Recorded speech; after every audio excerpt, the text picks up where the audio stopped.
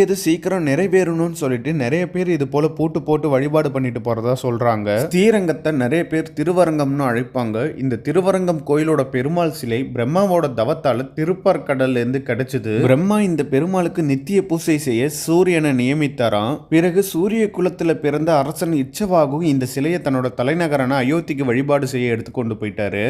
இலங்கையிலிருந்து தன்னோட பட்டாபிஷேகத்துக்கு வந்த விபிடனுக்கு இந்த சிலையை ராமர் பரிசாக கொடுத்தாராம். விபிடனன் இந்த சிலையை அயோத்தியிலிருந்து இலங்கைக்கு கொண்டு போயிருக்காரு. அப்ப ஓய்வுக்காக இந்த சிலையை இந்த இடத்துல வச்சிருக்காரு. இதற்கு சொல்ற ஒரு புராண கதை என்னன்னா, இந்த பெருமாள் சிலையை அவர் கீழே வைக்காம ஒரு சிறுவன் கையில கொடுத்துட்டு காவேரியில குளிக்க போயிருக்காராம். அந்த சிறுவன் சிலையோட பாரம் தாங்காம இந்த இடத்துல வச்சுட்டான். எவ்வளவோ முயற்சி பண்ணியும் சிலையை விபிடனால எடுக்க முடியல. அதனால இந்த சிலையை இங்கே வச்சு வழிபாடு செய்ய ஆரம்பிச்சுட்டாங்க. சிறுவனாக வந்தது விநாயகர்னு சொல்லி புராண கதைகள்ல சொல்றாங்க. விபிடனுக்காக இலங்கையை நோக்கி தெற்கு திசையை நோக்கி நமக்கு பெருமாள் காட்சி தர்றதாகவும்